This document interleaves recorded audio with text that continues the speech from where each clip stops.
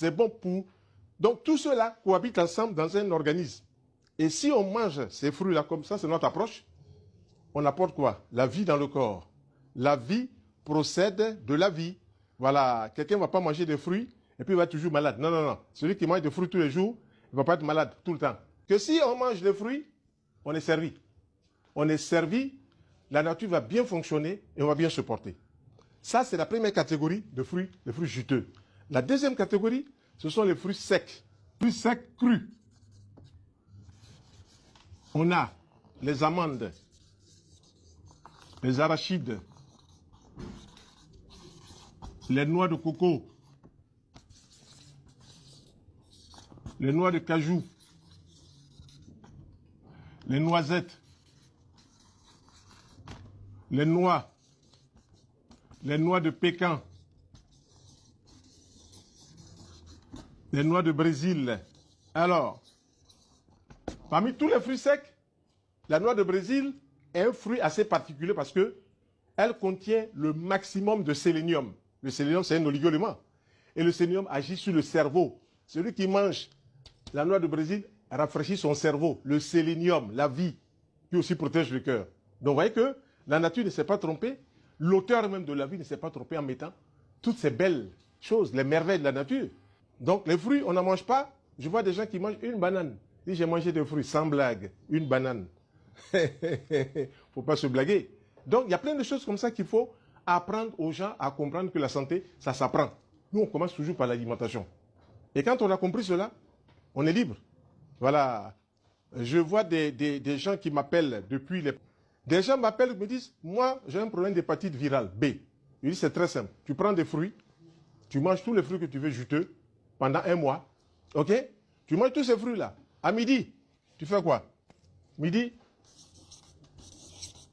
Et le soir, pour l'hépatite B, qu'est-ce que tu fais? Tu manges des légumes sous forme de jus. Jus de légumes. Cru. En insistant sur le radis noir, l'oignon, les carottes, le chou, le céleri branche, les concombres, etc., etc., etc. Donc, il faut écraser tous ces légumes-là, les faire en jus. Et puis, vous placez 4 verres, un verre à 10 heures, un verre à 13 heures avant le repas de 13 heures, un verre à 17 heures, et puis un verre à 20 heures avant le repas de 20 heures. Quand vous prenez 4 verres de jus de légumes, vous apportez 4 fois plus de vitamines, 4 fois plus de sels minéraux, 4 fois plus de oligo-éléments. Donc, la vie. Et cette dame du Sénégal qui m'appelle, elle dit, j'ai l'hépatite B. Je dis, note ce que je vais te dire. Prends des fruits au petit déjeuner. Tu manges tous les fruits que tu veux, que tu trouves sur place dans la région du Sénégal. Ensuite, à midi, tu fais le jus de légumes, mais tu fais un verre à 10 heures, un verre à 13 heures, à 17 heures, et puis à 20 heures. Donc, elle démarre le jus, début novembre, fait jus de légumes avant de manger un aliment cuit. Mais l'aliment cuit, on ne reste pas sur les mêmes protéines. Aujourd'hui, on fait poulet, demain, on fait poisson, après, on fait œuf, le surlendemain, on fait haricots rouges, haricots blancs, protéines végétales, champignons, protéines végétales, pois chiches, protéines végétales. Donc, on panache. Elle dit, docteur Aka, quelque chose s'est passé. Je dis, qu'est-ce qu'il y a? Elle dit, je suis allé d'abord, avant de commencer, j'ai fait l'analyse de mon sang pour voir où est-ce que j'étais au niveau de la charge virale, l'hépatite. Elle dit, j'étais à 1800. Et aujourd'hui, où je vous parle, après 2 mois, sans avoir pris un seul médicament chimique, j'ai mangé des fruits, des légumes qu'on m'a dit, je suis descendu à 400. Son biologiste est stupéfait, il n'a jamais vu ça. C'est comme ça. Quand on donne une orientation telle que moi je la propose en matière d'alimentation, on est gagnant. Parce que les aliments contiennent tous ces petits médicaments qu'on appelle les alicaments et ça va travailler sur le corps. Tout doucement, tout doucement, tout doucement et on est gagnant, forcément. Voilà, donc, et c'est ça que je propose. Voilà, donc en matière d'alimentation, pour l'AVC, il faut proposer cette alimentation-là, des jus d'aliments cuits. Mais aliments cuits, plus de café au lait. Aliments cuits, plus de thé au lait. Aliments cuits, plus de cacao au lait. C'est soit l'un, soit l'autre. Mais nous, notre préférence va vers les laits végétaux. Lait de soja, lait de sujet, ce qu'on appelle en Côte d'Ivoire et en Afrique occidentale, tchongon, atadjon, tout ça, lait de noisette, lait de noix, lait d'amande. Donc voilà des laits végétaux qui sont physiologiques, c'est-à-dire qui conviennent vraiment au corps. Et l'organisme va bénéficier de toutes ces choses-là, chemin faisant. Il y a un autre monsieur qui m'appelle, lui, il a commencé seulement il y a 15 jours l'approche alimentaire par rapport à ses arthroses. Arthrose des genoux, gonarthrose, arthrose des hanches, du coccyx et tout ça, coxarthrose. Il avait très mal. Et puis il me dit, qu'est-ce qu'on peut faire? J'ai dit, où tu es là? Il faut boire 6 verres de jus de légumes. Donc tu fais les légumes, tu les écrases, tous, puis tu bois 6 verres. Un le matin, un à 10h, un à 16h, un à 13h, un à 19h, et puis un au coucher. Il fait cela, hier il m'appelle. Ce qu'il n'avait pas signalé, c'est que la vue était complètement floue. La vue était complètement floue. Et puis qu'est-ce qui va se passer?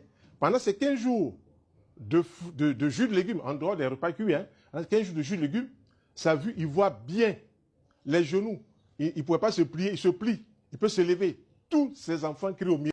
Si vous rentrez dans ma démarche, vous êtes obligé de bien vous porter. Donc voilà ce que je voulais dire par rapport à un problème de santé qui arrive. Donc pour ce qui est de l'AVC, on va accumuler dans le corps plein de saletés hein, d'origine alimentaire, les métabolites. Voilà, on va accumuler et cela va monter au cerveau. Et quand ça monte au cerveau, ça s'en va boucher les artères qui alimentent les cellules cérébrales. Celui qui a la chance, la médecine dit c'est un AVC léger. Lui va peut-être récupérer rapidement. Mais celui qui n'a pas de la chance, c'est un AVC hémorragique. Dedans là-bas, le sang ça pète et il peut être complètement même parti de l'autre côté. Alors, premièrement, si vous voulez ne pas rentrer dans un AVC, il faut manger comme je dis. Mais si vous avez un AVC, il faut aller à l'hôpital. C'est la moindre des choses. Le médecin est bien qualifié pour regarder, pour vous dire ce qu'il faut faire pour vous. Et moi, je peux vous apporter ma contribution alimentaire. Maintenant, il y a des plantes qu'on peut utiliser, qui sont juste à côté de nous, pour l'accident vasculaire cérébral. La première plante alimentaire qu'on peut utiliser, c'est l'oignon. La deuxième plante, c'est l'ail. La troisième plante, c'est l'aubépine. La quatrième plante, c'est la vigne rouge.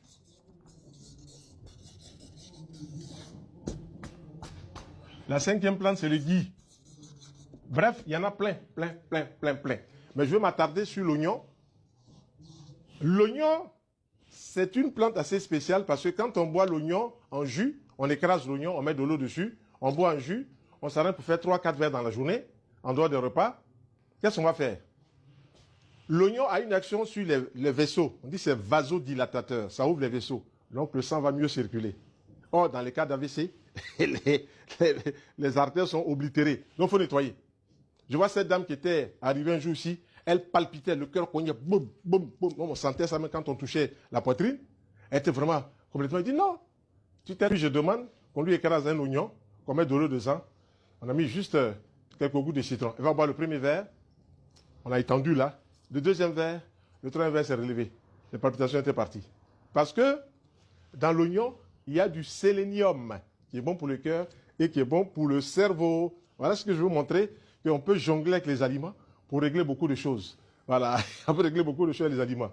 L'ail aussi est un anti-hypertenseur, donc est un vasodilatateur, ça dilate les vaisseaux. Quand on dit hypertension, il y a toujours les vaisseaux qui sont serrés. La pression est trop forte, il faut dilater. Si on prend oignon, ail régulièrement dans son alimentation à l'état cru, on est sûr de ne pas faire ces crises-là. Ce que je voulais dire directement par rapport à l'AVC.